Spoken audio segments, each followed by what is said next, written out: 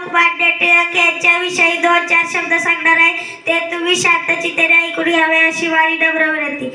अध्यक्ष महाशय व पूज्य गुरुजन वर्ग आणि बालमित्रांनो, क्रांतीची मशाल पेटवली की सिंहाची सिंह गर्जना गरजली. स्वातंत्र्यासाठी नवी प्रेरणा टिळकांनी जनतेला सांगितली. भारताचा इतिहास ज्या नावाशिवाय अपूर्ण आहे, आजही त्यांचे नुसते नाव घेतले की तरी कर अभिमानाने गरजते. असे व्यक्तिमत्व म्हणजे लोकमान्य बाळ गंगाधर टिळक. रत्नागिरी जिल्ह्यातील चिखली गावात एका तेजस्वी सूर्याचा जन्म झाला आणि या तेजस्वी सूर्याच्या प्रखर तेजाने अन्यायाचा काळोख चिरला. हे तो सूर्य म्हणजे बाळ गंगाधर टिळक.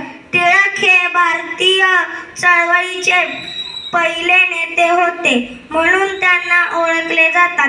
टिळकांना लहानपणापासून अन्यायाची चीड होती.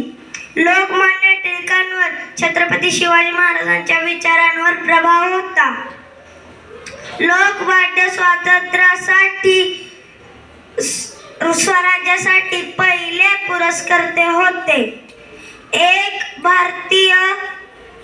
भारतीय स्वातंत्र्य चळवळीचे पहिले जलदवती व नेते होते. शक्य नाही असा त्यांचा ठाम विश्वास होता.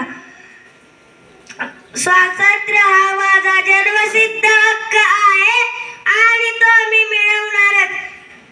जाता जाता एवढंच म्हणेन, जहाल चळवळी सारखे लिहिणे तलवार होती, लिखाण तलवार होते.